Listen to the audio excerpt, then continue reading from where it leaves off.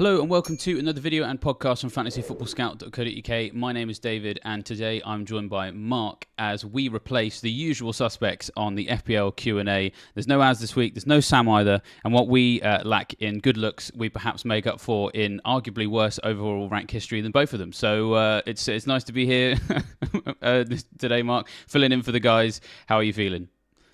Much better now. Yeah, not too bad. Just the Friday deadlines sort of have a different feel to the Saturdays, don't they? But yeah, it's going to be hard to follow up on Az and Sam, but hopefully we can be good enough.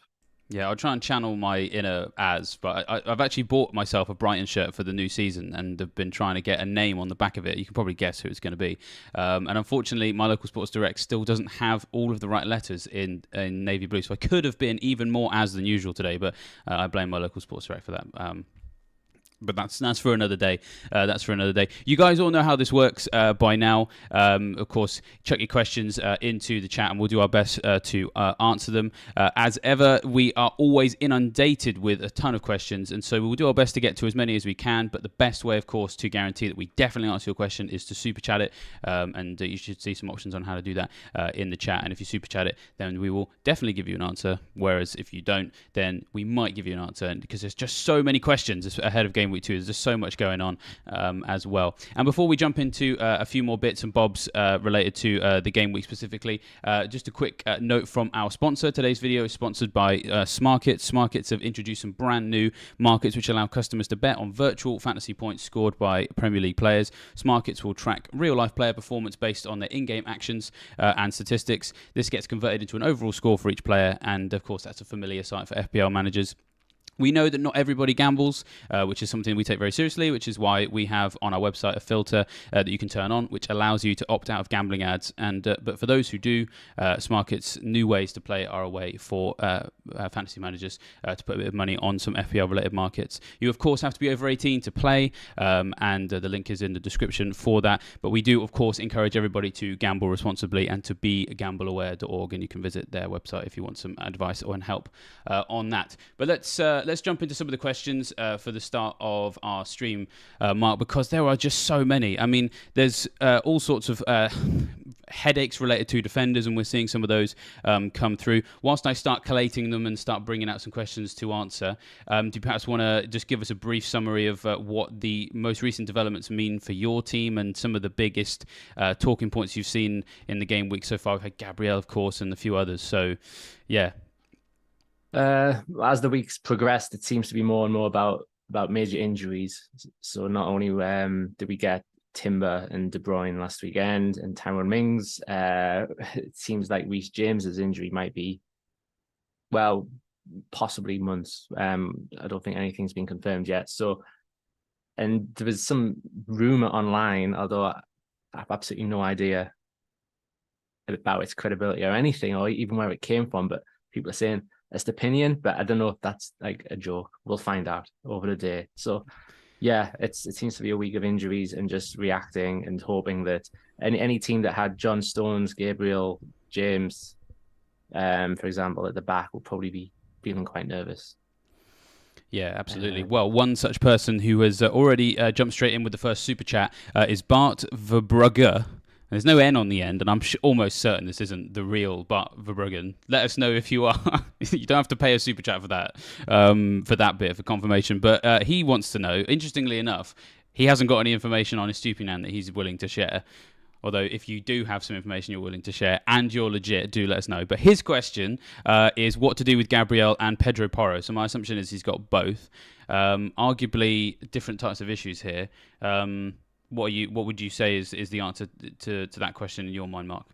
Well, I would think Gabriel, I think I'm in a similar sort of position here, but hoping that he avoids a price drop for a couple of days, I would sort of wait and see, because Arsenal play on Monday night, which is unfortunate. There certainly won't be anything like leaks before today's deadline, and I don't think Arteta mentioned him at all in his press conference. So we just have to hope, Gabriel owners, that it was a tactical idea, but now that Crystal Palace away is a tricky-ish game, he'll sort of maybe return to the the man that started 73 league games in a row before this. And so that's a bit of a wait and see. As for Porro, yeah, when the game launched, like from day one, it was pretty much decided, yes, Pedro Porro is going to be in the squad because he was only here for half a year and he put up some fantastic attacking numbers, but he didn't play last weekend and his replacement scored. So I'd say for Porro, right now, you probably try and find a way out. Not that he won't have a great spell over this season, but we just don't know when it starts, and we don't know if it's going to be from those great game week 3 fixtures for Spurs. If he's not going to be back in the lineup for that, then there's probably no point to having him. Yeah, it's a tricky one, isn't it? Because both of these guys, well, with the second of those two, I suppose, more so is someone who you could imagine racking up a couple of 1-point cameos, could be the sequel to Perisic, because he is so useful in terms of what he can do. So yeah, it's a tricky situation to be in. We've had confirmation, by the way, that this was not the real Bart Verbruggen. So thank you for that, for letting us know that wasn't the real you. It stops us asking you some questions about Estupiñán. Although Barry Clark claims that his mother works in the canteen at Brighton and has just told her that Estupiñán has the runs, but he should be okay for tomorrow. Do not believe a word of that. Please, nobody take that from here and go, David Monday said this. It's clearly some well-intentioned humour there. Keep your Estupiñán rumours coming in. We'll read out a few. On the Gabriel issue, because we are going to get asked this quite a lot, so I'll just give my thoughts on it as well, in case we get... If someone later on in the stream asks about Gabriel, we'll just direct people back to this point in the stream.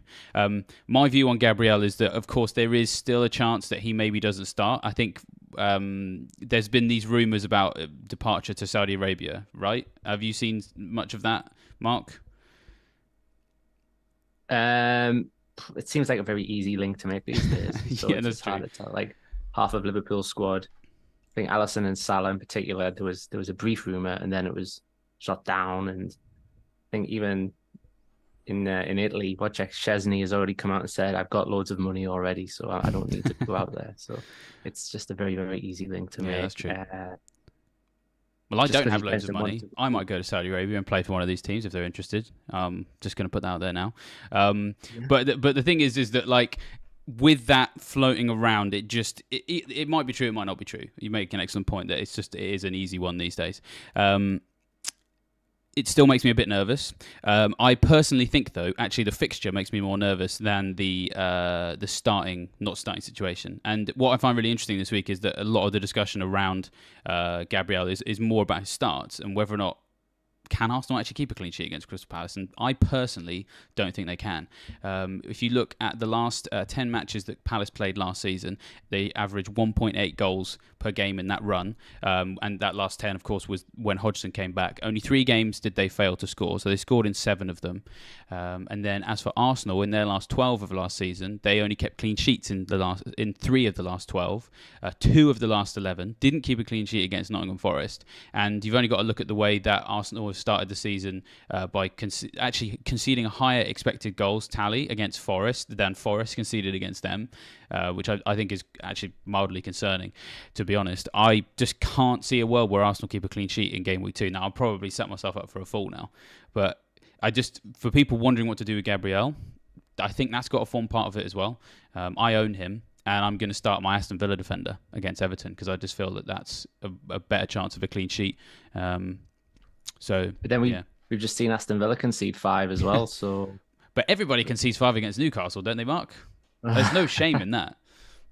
It's a strange place to be in right now, but yeah, I guess it is happening a bit.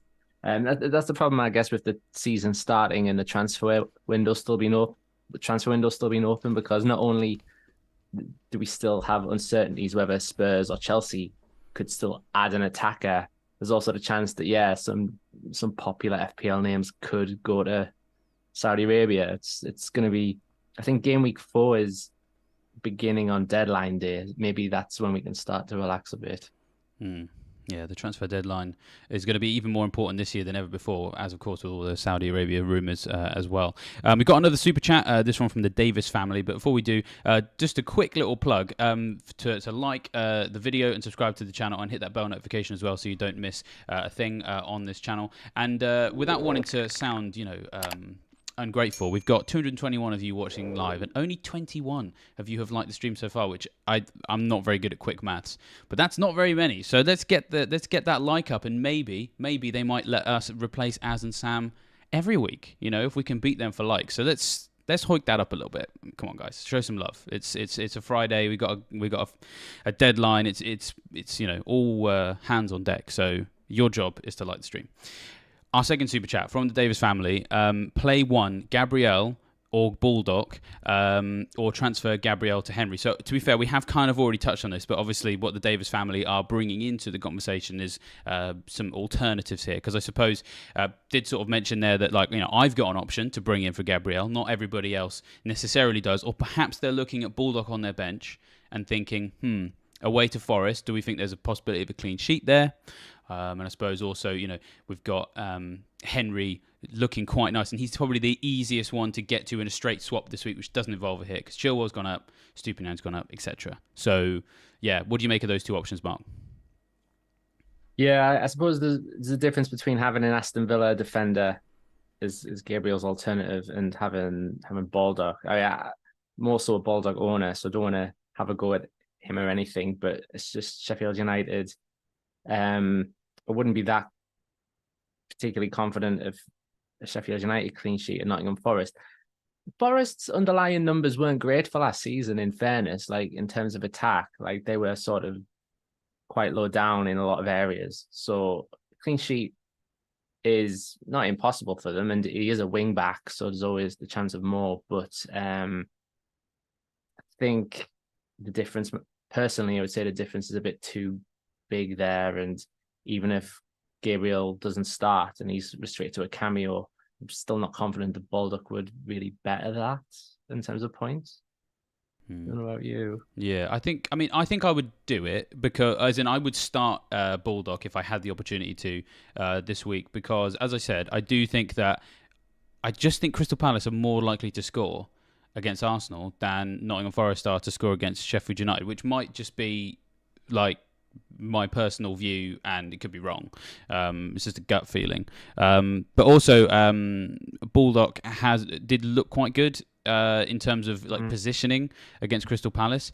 I think he received 12 passes in the final third, I think it was, which is more than any other Sheffield United player in that game, in Gameweek 1. So he is an outlet for them in a dangerous part of the team, and so there's a loosest chance that he maybe gets a goal or assist or something. So his attacking potential, I think, is not inconsiderable. I mean, Gabriel obviously has set pieces, but Baldock's more likely to start.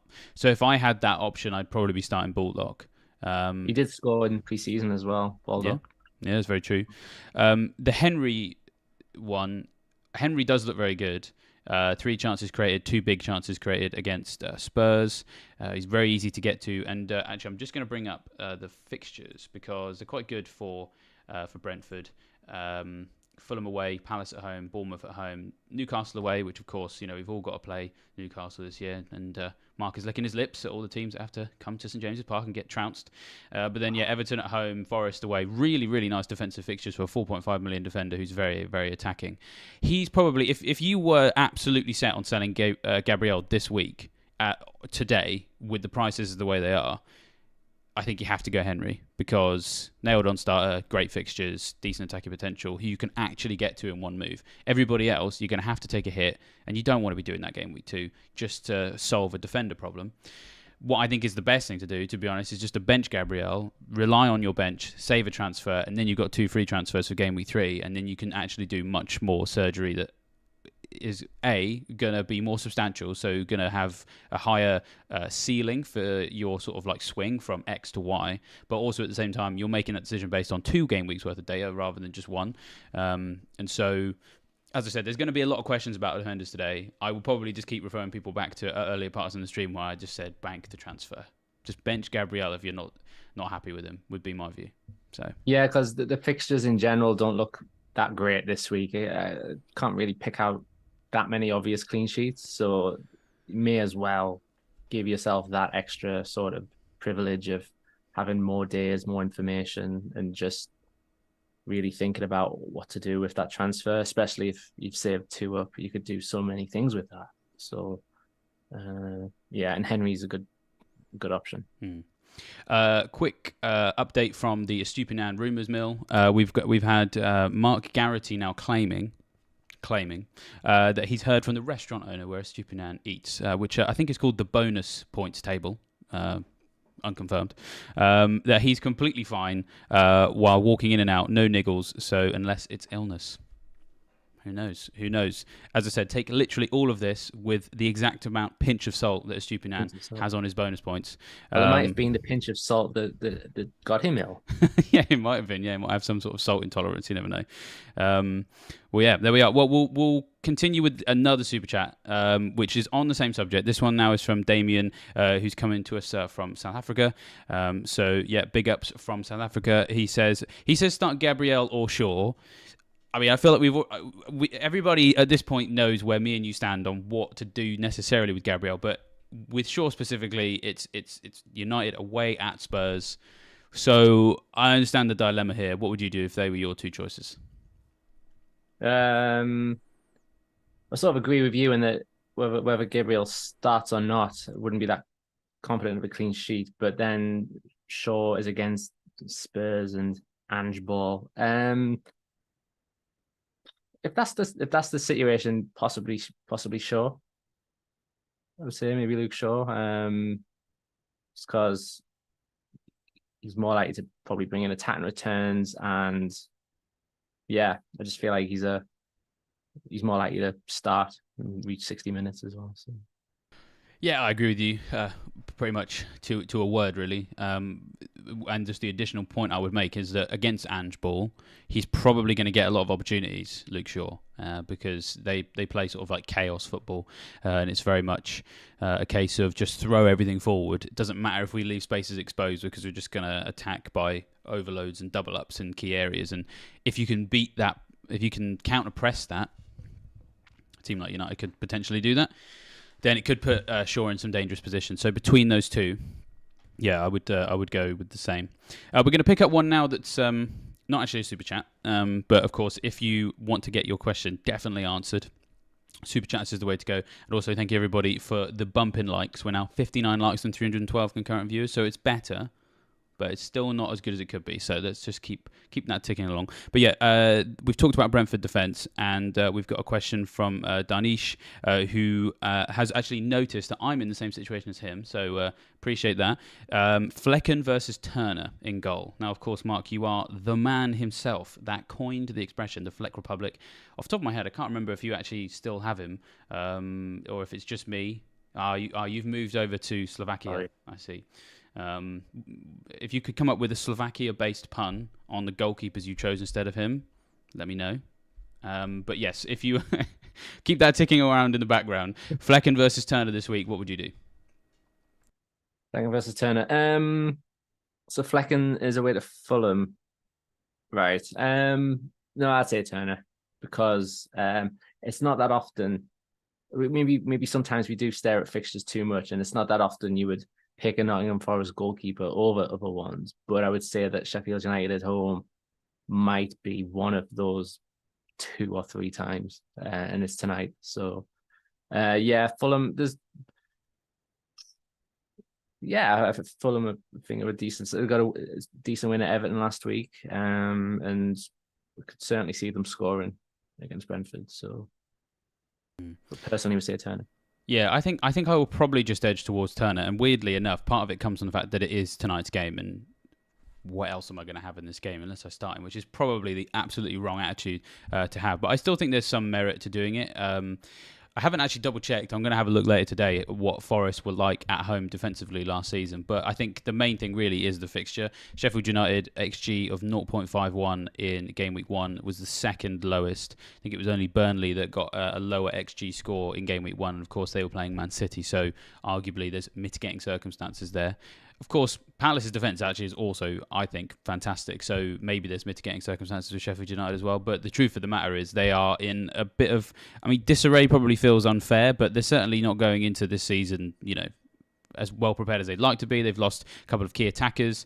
They still haven't really pinned down their starting centre forward in the sense that they want to sign someone. Rumours it could be Cameron Archer.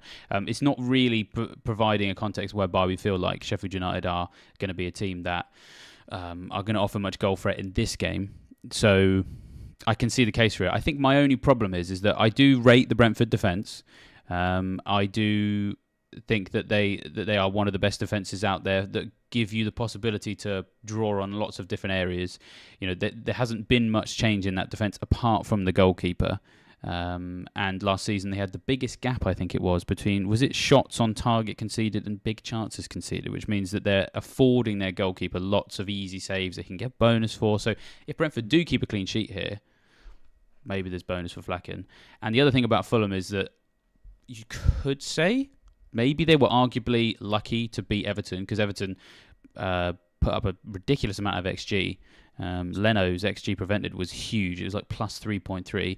And Fulham scored with they only had 2 shots on target in the whole game. And that's against Everton. And so going up against Brentford, I don't know. Like that is what's causing the dilemma here, is that actually arguably they're both fixture picks. Yeah. Yeah, it's fair. It's a fair point. On Fulham, there was a bit of Everton would feel unlucky certainly after last week. West London derby as well. What does that mean? Yeah, that's true. Yeah, exactly. That is a good point. What does that mean? I don't think I've ever sat down and paid much mind to the Brentford-Fulham rivalry. If there's Brentford and Fulham fans in the chat, let us know just how much impact that has on the game. Because sometimes with derby matches, the form book goes out the window and everybody is just really up for it. But sorry, guys, it's not one of the derbies I know well. I know more about the Devon derby between Argyle and Exeter, and perhaps maybe is it the A23 or something? There's the Palace and Brighton one. That's one of my favourites because it's a bit niche. But Brentford and Fulham take niche to a whole new level, I suppose, in terms of Premier League stuff. We are, I tell you what, we're inundated with people potentially posing as real Premier League footballers today, because we've got Ollie Watkins, as he's known in Essex. Asking about Rico Henry or Matty Cash. We've kind of talked about them both already, but just we're going to reward Ollie for jumping in the chat when he's preparing for a home game against Everton. Of course, I mean, he's doubting his own teammate here. What do you think? Henry versus Cash. So I guess Aston Villa's defense. So how is Mings' injury going to reshuffle that defense? Are they going to stick with having? I was surprised to see both wing-backs be quite attacking players at Newcastle last week, because Emery over pre-season seemed to be having either Konsa at right back or sort of Torres at left back, and have the other full back bump forward. And I think last week it was Cash and Digne, and it didn't work out. So now that Mings is injured, what does that mean? Does it mean he doesn't quite have the bodies to have a defensive fullback? Does he still play both? Basically, what I'm trying to say is, do we even know that Matty Cash is going to start? It's a good point. Don't do that to me on Friday, man. We got a deadline in like 6 hours, and he's my Gabriel replacement. He's probably more likely to start than not, and in that case, yeah, it would be him. I'd probably pick him, but just playing devil's advocate, just putting it out there. Yeah. No, it's important to do. It's important to do. I was just teasing, and arguably Henry is the more guaranteed starter out of the two, just based on what we've seen from Aston Villa in pre-season, especially with the way that they sometimes, as you say, were a bit asymmetrical by putting a full-back in either the left back or the right back position. So, yeah, we're gonna jump into some other questions in a second, but just a reminder to people that if you definitely want your question answered, then Super Chat is the way to go. Thanks for some more likes. We're keeping that ticking along. We're not quite at the stage where we're going to sack off Az and Sam, but if we keep it going, 74 from 375, if all of you could like the video, then that's going to make for a very awkward conversation with me and Az and Sam next week. So yeah, that's what we want. John Cahill asks, would you start Udogie or Shaw this week? So that's a classic dilemma of they're in the same game. They're in the same game. They're both attacking left backs. Well, certainly Udogie is, and probably don't expect either to keep a clean sheet. So in a way, it's a toss of a coin, really. I think maybe Udogie might have slightly more attacking potential. Not that we don't know as much about him, but looking at his Udinese numbers, and he also scored like a tap in preseason, I think it was. So if we're basing this purely on who's more likely to get an attack in return, possibly Udogie. It's destiny. That's all I would say. It's fate that Udogie would score. Just don't do what George McFly does in Back to the Future and accidentally call him Density. Otherwise, that's just going to make for a very awkward conversation. I think I largely agree with that. We've got another super chat. In fact, it's a very first of all time super chat from Dazed Statue. So Game Week 1 was so intense for him that he literally turned to stone. But he's not asking about Johnny Stones. He's asking Bruno Fernandes or Mbeumo. Now, I'm guessing this is a transfer-related question. So we'll talk about the two assets in isolation here quickly. But Dave Statue, if you could maybe just clarify with a non-super chat what you necessarily mean here. I'm hoping you don't mean captaincy. I'm hoping you also don't mean starting and benching, or they could be replacements for someone.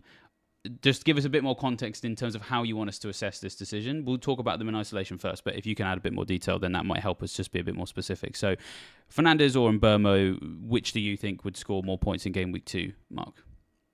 I think I'll give a definitive answer, but I mean, as an owner of both, I'm certainly more happy to have Mbeumo than Fernandes, which I guess on the surface might be a bit strange because Fernandes was number one for chances created last season. He's probably on penalties, we think, stuff like that. But that Wolves match really was a bit of a downer for those Fernandes owners, and there is sort of a worry that if he blanks against Spurs, then he might be sort of abandoned a bit.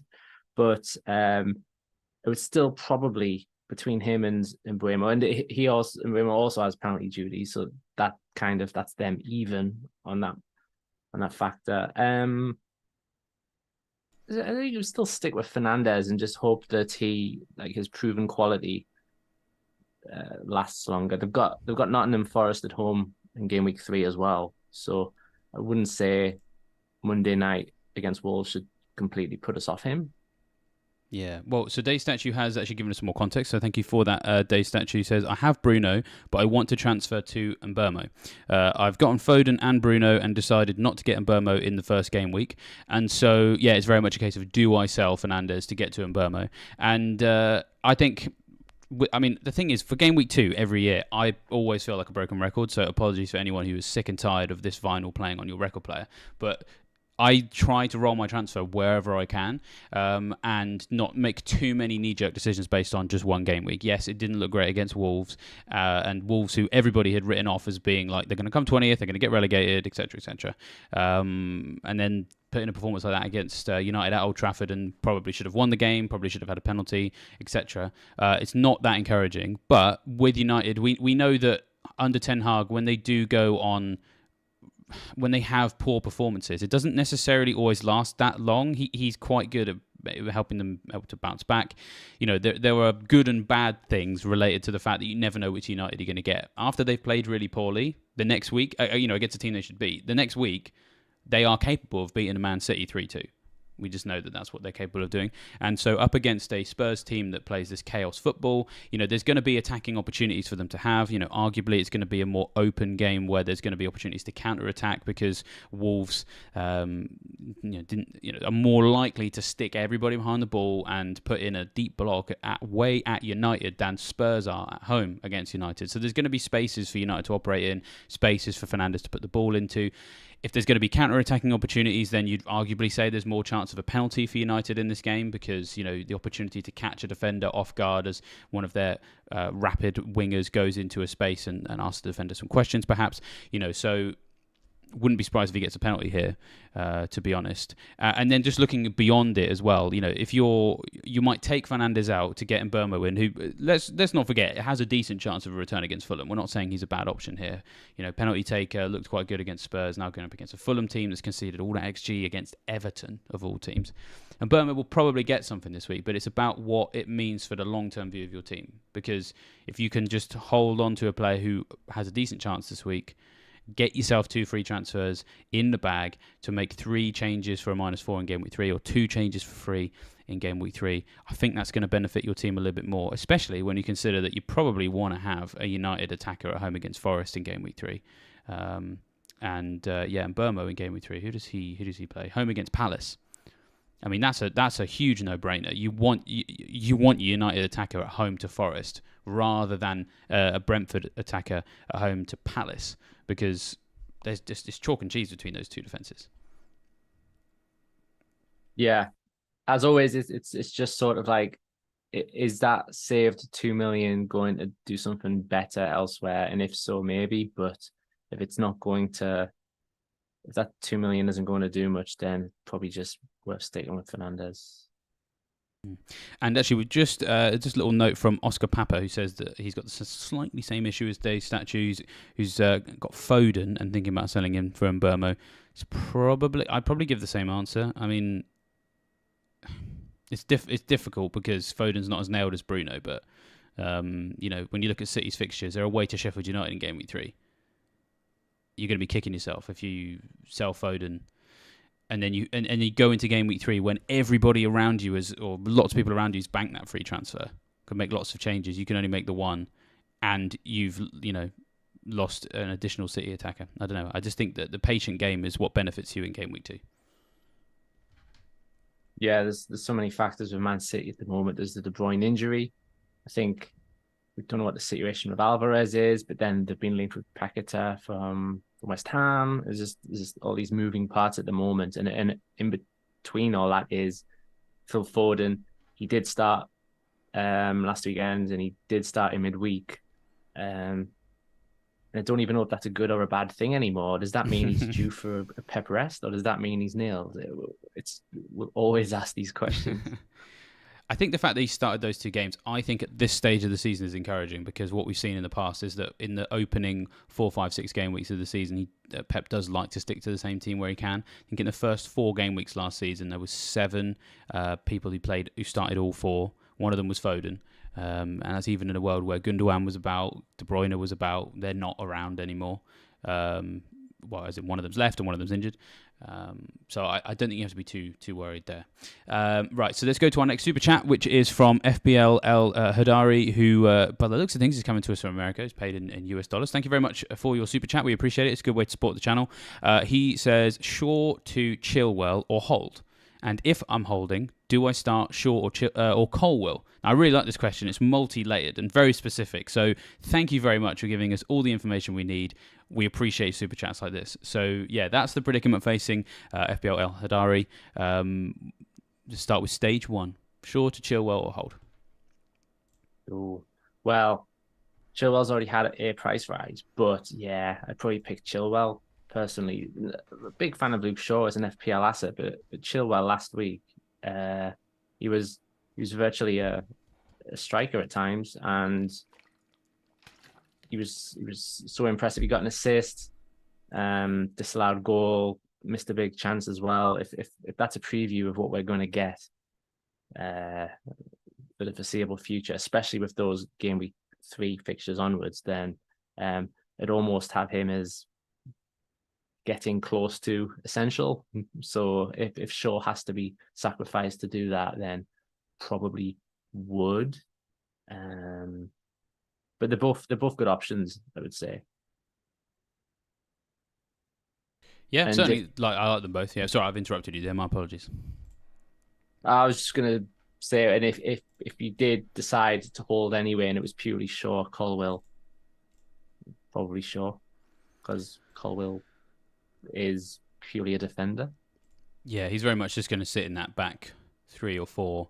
I guess it comes down to floors and ceilings, etc., we probably don't expect Shaw to keep a clean sheet, but we perhaps might hope for a attacking return. With Colwell, very unlikely to get an attacking return, but possibly a higher chance of a clean sheet against West Ham, which is probably more down to what we think is Chelsea are capable of than West Ham, because I don't think West Ham are necessarily in the sense of attacking disarray. That's a tricky one. I think in most cases, on that one, I think I'd probably start Shaw, because I just think that the matchup this week is good for United. And Shaw specifically, I think it's good for their attackers, and you have to include him in that conversation because he is part of that build-up for the attack. So, whereas, I can see West Ham scoring and Colwell just achieving nothing outside of that. So, yeah, I think... but on the actual broader issue of Shaw to Chilwell or hold, I'm actually going to go against my own advice here, I guess, because it's sort of like every situation is different. So, first question I think you need to ask yourself, El Dari, is in a world where you could have 2 free transfers in game week 3 to perhaps move towards the fixture swing, knowing that lots of other people are probably going to be in that same situation, who would be the players you'd want to target? Now, I would be pretty confident if you don't have Chilwell, you probably want to spend one of those 2 free transfers in game week 3 getting to him anyway. And so if that's a situation you're thinking about, by the time we get to game week 3, Chilwell could be 5.7, 5.8. Because if he plays like he does against Liverpool, against West Ham, could maybe get a double-digit haul. Like, that's the kind of things we're looking at. I was just double-checking some stats while you were talking, Mark. Chilwell in game week 1, 4 penalty box touches. Only 2 defenders had more penalty box touches than him in game week 1. So he's already up and about the sort of places you want to see him. So if he was someone you'd want to get for game week 3 anyway, spending that one transfer this week to get him now, before he probably rises probably 0.2 between now and the next deadline, or likely to be 0.2, that's not the worst thing in the world to do. So if that's the situation you're in, I don't think not banking your transfer for game week 2 is the worst thing to do if you don't have Chilwell. I do think if you're thinking about Gabriel, it's different, because if you're concerned about what to do with Gabriel and you're submitting a super chat question along the lines of, do I get Chilwell for Gabriel? You're not asking that. You probably have Chilwell. So in which case, just hold Gabriel. But if you don't have Chilwell and you feel like he's someone you want to have, like it's not the worst thing in the world to do that now, because if one of your free transfers next week, if you had 2, was to get him anyway, getting him now gets him for cheaper, blah blah blah. That's kind of like how I would see it. As I said, it's all sort of very situational. So, yeah. We've had another super chat, which is another person who's super chatting for the first time. So, congratulations, well done on your first super chat. This is from Ollie Winnie 7, who says start Gvardiol or Gay at Crystal Palace, and he says he's in a bad spot here. Ooh. I think I actually know the answer to this. The answer came to my mind very quickly, but I'm going to go to you first, Mark. I feel like this is a trap. Well, you're a big Crystal Palace fan. Well, not an actual fan, but be careful there. You rate very highly. So, big Reading fan, actually, but yes. No, not supporter, but you rate them highly. And although they are against Arsenal, personally say Guardiola, because if he starts, of course, that's the big question. I think Man City, speaking from a Newcastle perspective here, I don't think it's nailed. I think we're more likely to not score than score against these lot, as good as it was last weekend. But you're right, it is a bad spot, because I wouldn't be entirely confident with either of them. Possibly Guardiola. What would you say, David? So my mind immediately was like, start Gay. Because Gvardiol, as you say, we're not sure yet. Now, I have already sort of tried to allay fears about Foden, but Gvardiol's only just got here. And so you have to, I think, extract him from the precedent of what Pep does with his nailed-on starters, because we have just seen Pep in his entire time at City largely blood in the new signings slowly, and sort of like with starts here and there, substitutes appearance here and there. He's always done that with defenders, midfielders, attackers. So, of the two, who has the higher expected minutes? Well, It's Gay, because he's just nailed on to start in that Crystal Palace defence. Let's talk about the fixture now. Newcastle had the highest number of big chances generated in game week 1 of any team. And that's against an Aston Villa team that, towards the back end of last season, defensively was fantastic. Now, they did lose Mings in that game, which probably didn't help. They played a high line, which probably also didn't help. But that Newcastle defence is absolutely on fire. Newcastle attack, is on absolute fire. And again, I think this is a fantastic matchup for Newcastle. If I was a Newcastle fan, which you know a lot about, Mark, I would be actually cautiously excited about this game, because you have fantastic counter-attacking players, and if you get the opportunity to beat the midfield press, and with a player like Sandro Tonali, a cultured man who likes visiting Wetherspoons of all places, that was great. He is. I think you've got an opportunity to just really double up on City where they're at their weakest, which is in the wide areas. In defence, because they play with this 3-2-4-1. Their view is we want to push the attackers to the flanks, and we want teams to have to come around us rather than through the middle. Well, you can do that no problem, because you've got Almiron, you've got Gordon, you've got Harvey Barnes, you've got Isak who can play on the left, you've got Wilson who's just an incredible poacher. You don't actually have to do that much against the City defence to score a goal. You just have to generate a chance. Now that is the hardest thing, but the way that you are looking like you can play, I think a Man City clean sheet in game week 2 is absolutely not a sure thing at all. And of course, Guardiola, not sure he's going to start.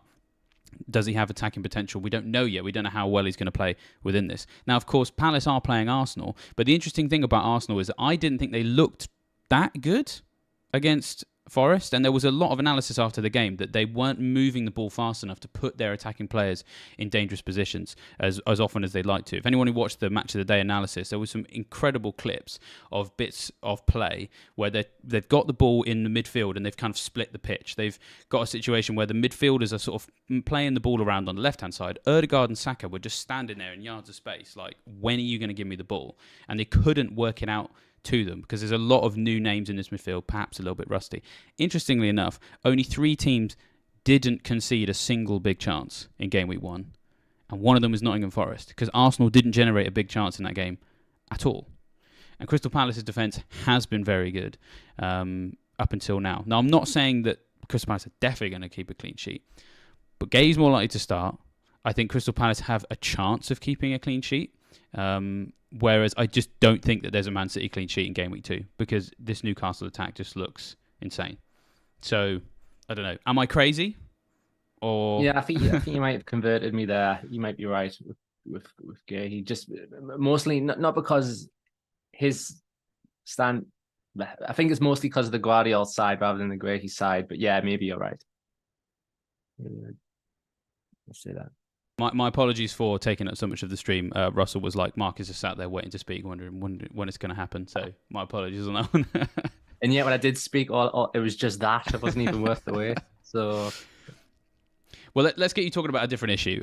We've talked about Reece James a little bit, and we got Leon saying that he's brought in Gusto. So he potentially is going to be the guy who would benefit best from Reece James not being around. I think he's 4 million still. What would your thoughts be on Gusto as an alternative to Reece James?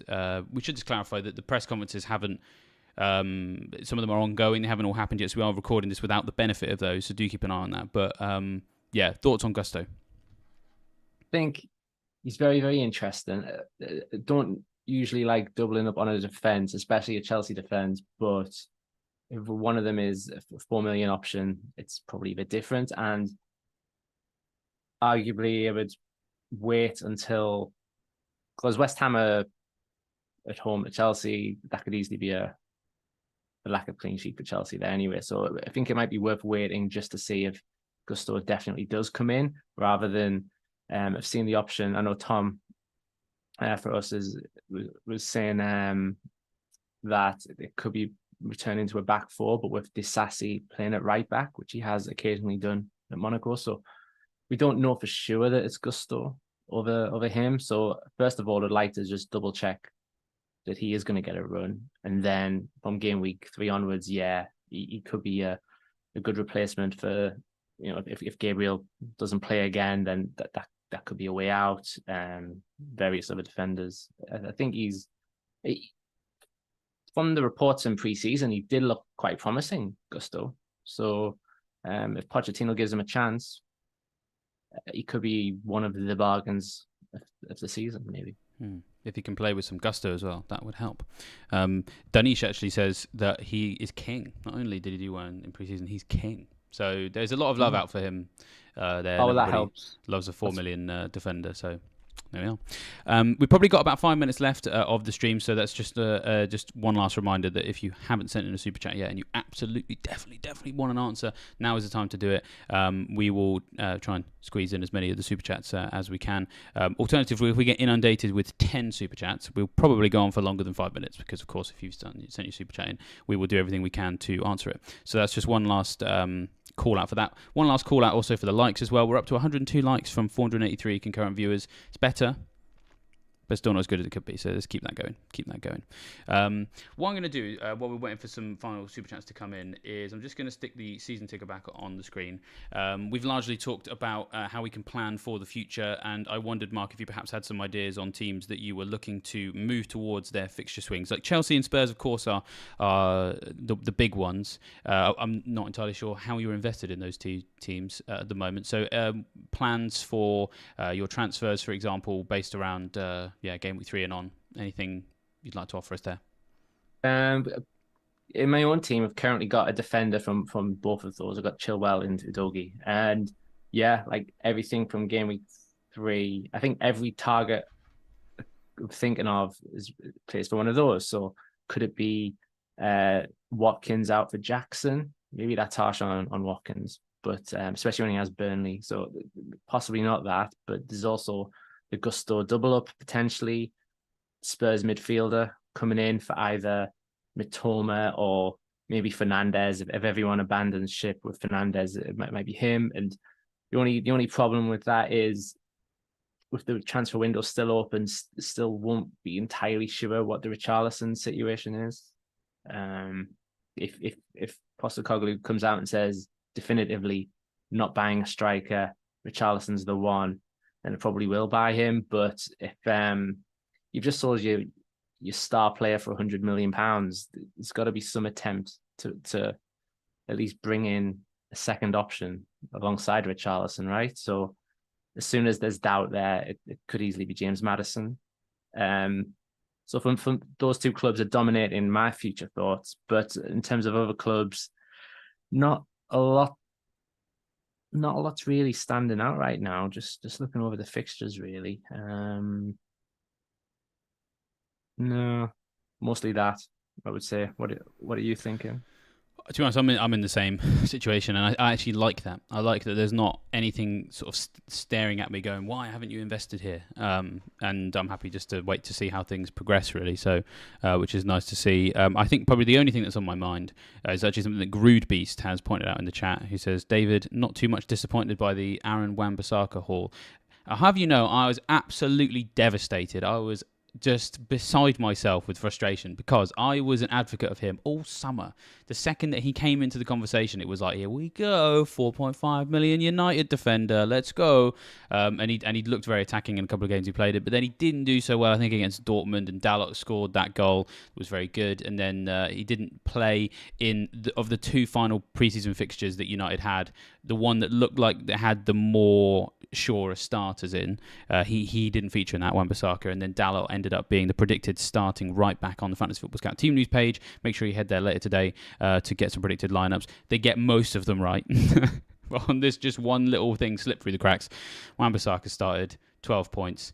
It is annoying, but I've sat here and gone, look, it's fine, it's okay. You know, you would have owned him instead of Gabriel, so just think of all the points you could have had. But the way United played defensively in that game did not fill me with all that much confidence, if I'm honest. So I'm hoping that over the course of the campaign, Dalot gets some starts and United don't keep as many clean sheets as we hope, as someone who's not invested. But speaking of United defence, Alex Argo has submitted what may be our final super chat. If we don't get any more, this is our final question. If you do have a super chat, we will of course answer that if you send it after this one. But in what is maybe our last question, do I start Onana or Edison?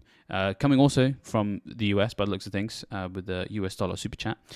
Interesting one here, because that's an expensive set of goalies, but we can't question that. He's got them both. Which one would you start? I don't know. This might contradict some of the stuff I was saying about Guardiola earlier, and maybe the Man City's chances of a clean sheet. But I would probably go with Onana because I just think he might be making a lot of saves in this match, and Edison has this knack. Edison ranked really quite low in terms of saves last season. That's sort of the problem with playing behind a good defense. You don't actually make saves that often. Although City do have a knack of always conceding that first shot on target. I think the Athletic did a piece on that last year. Onana, I would say, just purely for saves and the potential bonuses that could come from that. Yeah, I agree. I think I'm going back on what I said as well, in many ways. Because, like, Onana, if he keeps a clean sheet, will have done so by making lots of saves. That just seems inevitable.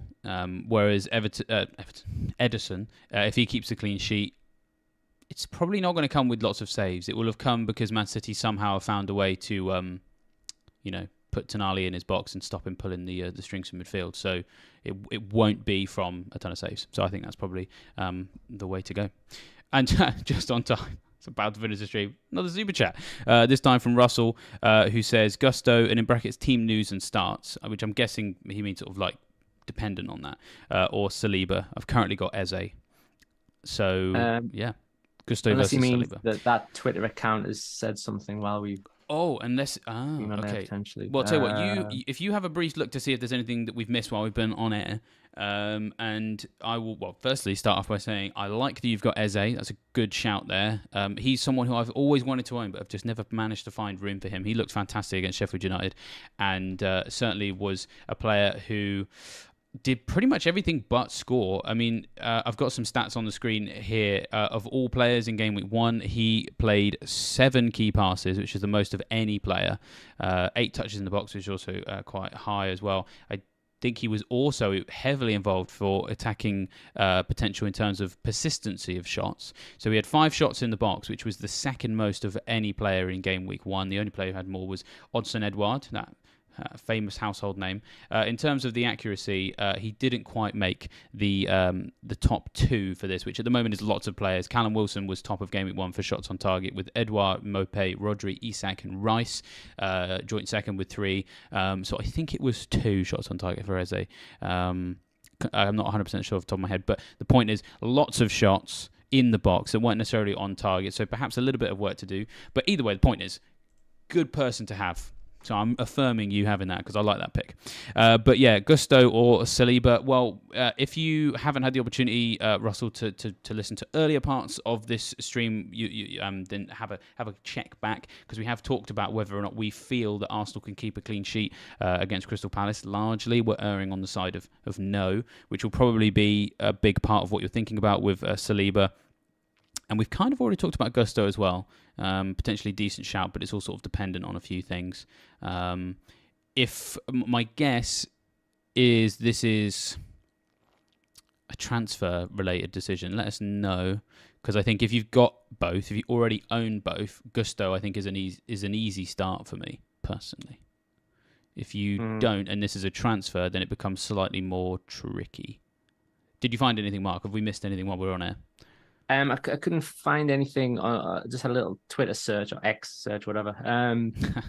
And well, that just might say something about my search skills, but I couldn't find anything definitive about Gusto. But so if it's sort of 50-50 or maybe 60-40, whether he starts or something, I don't know how it is. Crystal Palace,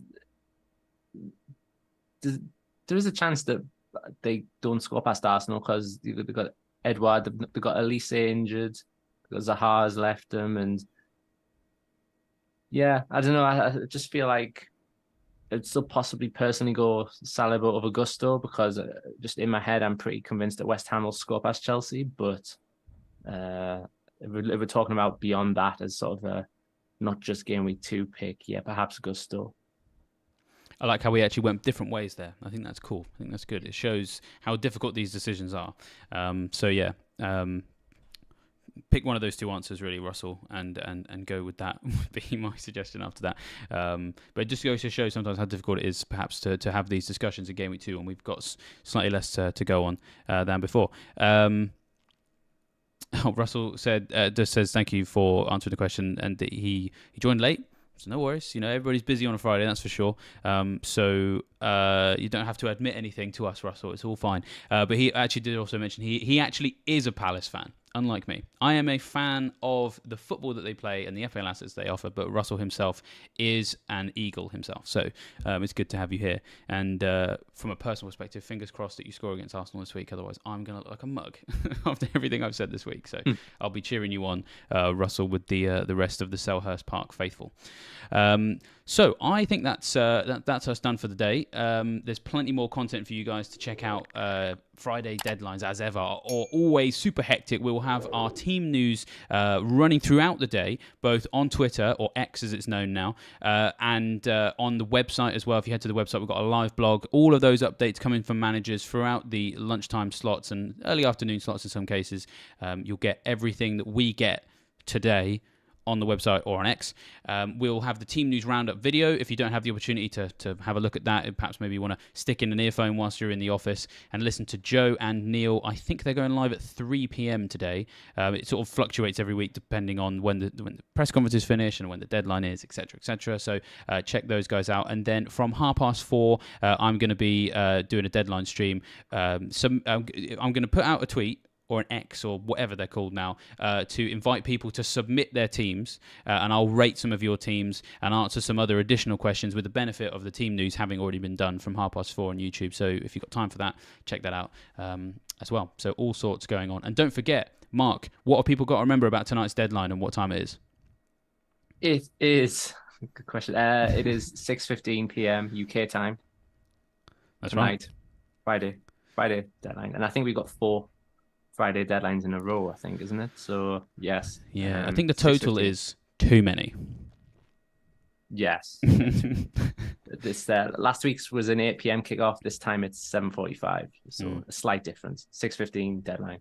Yeah, it's a more traditional Football League kickoff time of 7:45, but it does mean you've got 15 minutes less to sort your teams later on. So if you're planning when you're going to make your moves, when you're going to pick your captain, all that sort of stuff, you need to have that sorted by 6:15 instead of 6:30. If the site crashes, it's going to crash probably at 6:10 instead of 6:29.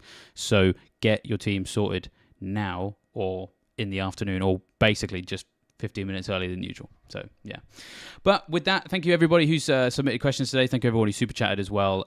We will leave you all to the rest of your busy Friday, and we will see you very shortly with some new video on the channel. So, see you next time. Bye. Good luck, everyone.